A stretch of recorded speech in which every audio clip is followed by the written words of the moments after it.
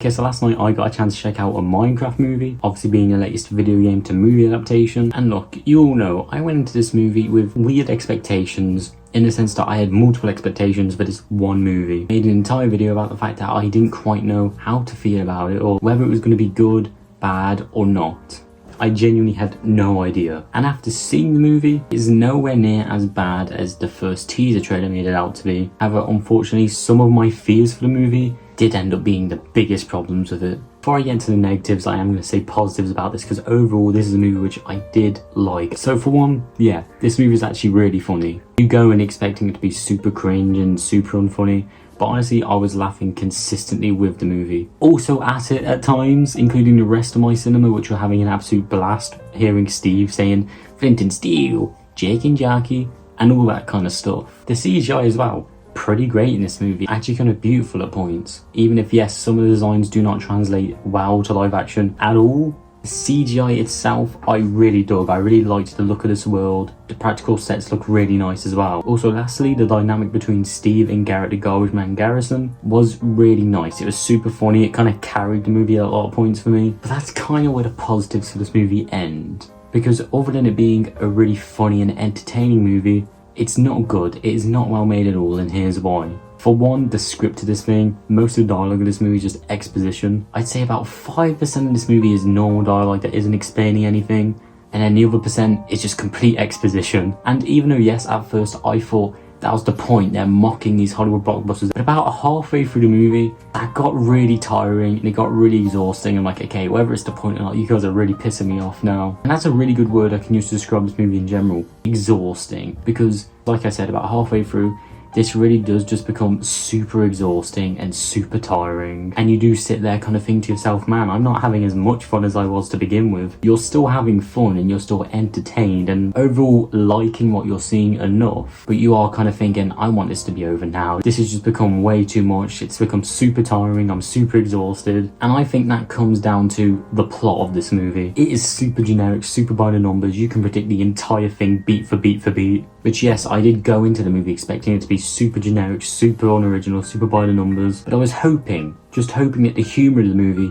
could carry it to those really high levels. This movie is also just kind of an absolute mess. It tries forcing in so many different elements of the game, and it never gives you time to breathe, or it never slows down. Let's actually take in what's just happened. Kind of like the Mario Brothers movie, where it tries putting in so many elements of the game, but it doesn't give you a moment to actually fully realise what has just happened. And it just leads to this movie being super messy, super incoherent, and just all over the place really, with how much is going on at once. And it also led to them really rushing to the third act. It didn't feel like the third act came naturally. It just felt like they were really rushing to get there. They were rushing to get the movie over and get to this end battle point. To let you know just how messy and incoherent this movie is, there's a subplot where Jennifer Coolidge's character goes on a date with a villager, and this subplot feels so disconnected from the rest of the movie, and it just feels like it's from a completely different film entirely. It just didn't need to be there at all. It didn't add anything to the film, and even though yes, those scenes with the villager and Jennifer Coolidge's character, they were funny, they were entertaining, I couldn't stop thinking that, why is this in here? This is completely unnecessary. You could remove this, and not only would the movie be shorter and probably flow better, but it won't grind straight up important scenes to a halt just for this one subplot, which got really old like so fast. Also, like I said earlier, the green screens of this movie, quite terrible. I do appreciate the work that went into the practical sets, and the practical sets do look amazing. When you sort of merge these